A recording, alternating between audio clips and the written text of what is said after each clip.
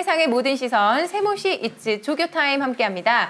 정치권도 지금 경랑 속에 있습니다. 네. 바로 예산안 통과 관련해서인데요. 지난 10일 민주당 단독으로 2025년 예산안이 통과가 됐습니다. 먼저 논란이 되고 있는 부분 우리 백지원 조교님 정리해 주시죠. 네, 민주당이 약 673조 규모의 예산안을 국회 본회의에서 처리를 했는데요. 이게 초유의 야당 단독 예산안이어서 논란이 되었습니다. 여기서 문제가 됐던 것이 좀 구체적인 예산의 내용인데 지금 밝혀진 비리 규모만 1,000억이 넘는 태양광 관련 예산을 증액한 것, 그리고 감사원에 의해서 민주당 현역 의원을 포함해서 문재인 정부 관련 인사들의 대규모 비리가 드러났었던 새만금 관련 예산도 증액을 하고, 또 이런 비리들을 밝혀냈던 헌법기관인 감사원장은 또 탄핵을 예산 전국대 같이 시도를 해가지고 이게 견제할 방법이 없는 입법부가 또 민주당이 헌정질서 파괴를 하는 것이 또 나오는 게 아니냐라는 비판이 있었고요.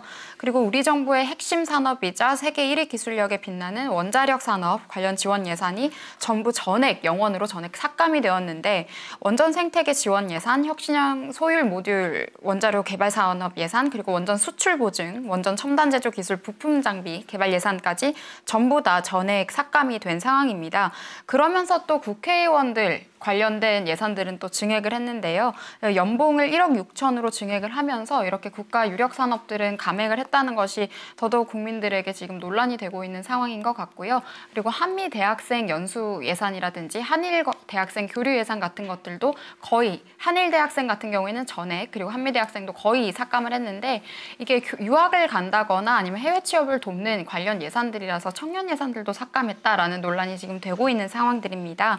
그리고 또 청년 취업 지원 예산도 영원으로 전액 삭감을 한 상황이라서 더더욱 이런 취지가 맞지 않는다라는 비판을 받고 있는데, 또 한편으로는 오늘은 또 추경을 주장을 했는데, 도대체 본인들이 원하는 예산은 줄이고 또 추경을 하자는 건 또 무슨 의미냐라는 식으로 지금 비판이 있는 상황입니다.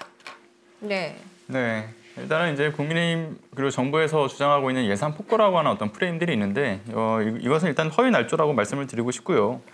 일단 정부 여당이 내팽개친 국정 운영의 어떤 책임마저 다 민주당 탓으로 연부를 외우고 있다라는 말씀을 좀 드리고 싶어요. 특히 이 부분에 있어서 국민들이 좀 납득하기 어려울 거라고 보고요.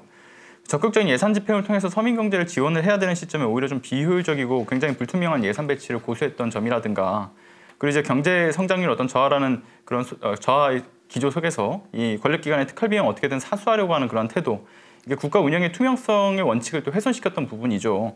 그리고 팩트를 좀 정확하게 짚어야 되는 부분들이 있는데, 민주당이 지금 정부 안에서 삭감한 내년 예산의 총액에서의 그 삭감 규모는 0.6%입니다. 그러니까 4조 1,000억 원 규모고요. 근데 윤석열 정부에서 자체적으로 또 삭감한 규모는 13조 4천억 원으로 그 규모가 더 큽니다. 그리고 이제 민주당에서 예산 삭감의 총액 70%, 이건 예비비랑 국고채 이자 재산정 예산인데요. 정부가 이제 예비비를 뭐 증빙 자료나 어떤 필요성 소명도 없이 계속해서 이걸 국회 예산 심의도 받지 않는 쌈짓돈의 성격으로 사용하기 때문에 이제 삭감을 했던 영역이 크죠. 그리고 이제 예비비 뭐 삭감을 두고서는 뭐 재난재해, 뭐 산업 경쟁력 강화에 차질을 빚었다, 뭐 이런 얘기도 하고 있는데, 근데 이 정권에서 예비비로 가장 많이 쓴 게 1위가 바로 용산 이전에 대한 비용이고요. 2위가 역대급 황제 외교 비용이죠. 그러니까 집행의 이런 투명성이 떨어지고 또 자의적 어떤 사용이 가능한 예비비를 통해서 국회 예산 심의권을 침해하고 멋대로 써왔다라는 것을 이제 삭감한 것을 두고서 이걸 뭐 예산 폭거다라고 이야기하는 것보다는 윤석열 정부의 폭거를 막기 위한 일이 더 컸다라고 말씀을 드리지 않을 수가 없습니다.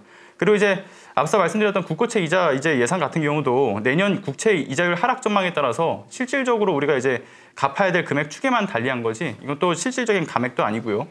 그리고 또 이제 여당에서 주장하고 있는 거, 뭐 마약, 딥페이크 수사 예산 삭감에 대한 것도 계속 거론을 합니다. 근데 마약 범죄는 이미 일반 수사비로 1,276억 원 규모로 이제 차고 넘칠 정도로 반영되어 있고요. 민생 범죄와 또 일반 수사 지원 활동비도 800억이 들어가 있습니다. 삭감 내용도 보게 되면 이제 국무조정실과 국무총리 비서실, 여기서 이제 마약류 대책 협의회가 있는데 여기서 운영비로 사용되는 거에서 5천만 원 정도가 삭감된 것 외에는 없고요. 그리고 딥페이크 범죄 예산, 이것도 여가부가 제출한 기존 안보다 47억 6천만 원을 증액하기로 했는데 윤석열의 계엄 사태 이후로 증액 심사가 진행되지 못하면서 원안 그대로 이제 결국 통과가 됐던 문제가 크죠. 그 밖에도 뭐 지금 정부 여당이 주장하는 체코 원전 수출 지원 예산 뭐 90%를 삭감했다, 이것도요 12.5%가 삭감된 것이고, 이거는 자꾸 90%를 얘기하는 건 정부 여당의 거짓말이고요. 그리고 차세대 원전 개발 관련 예산도 전액 삭감되었다라고 주장을 하는데, 관련 예산 항목 6가지 중에서 한 가지만 삭감이 됐고요. 심지어 이마저도 여야 합의를 통해서 이뤄진 겁니다. 나머지는 전부 정부안대로 통과가 됐고요. 아무튼 뭐 예산 폭거다라고 거짓말하는 것 이외에는 자신들의 책임을 돌릴 방법이 없다라고 판단을 하는 것 같은데 결국 이제 민의의 전당인 국회를 지금껏 무시한 데 이어서 그 기능을 또 무력화하려던 내란 획책 그리고 실행까지 그러니까 국민과 민생을 외면하고 본인들 이것만 챙겨왔던 당사자들이 이 국민과 민생을 담기 위해서 노력해왔다라고 해봤자 이제는 그 무엇도 동의를 얻기는 힘든 상황이 됐다. 이 점을 간과하지 않았으면 좋겠습니다.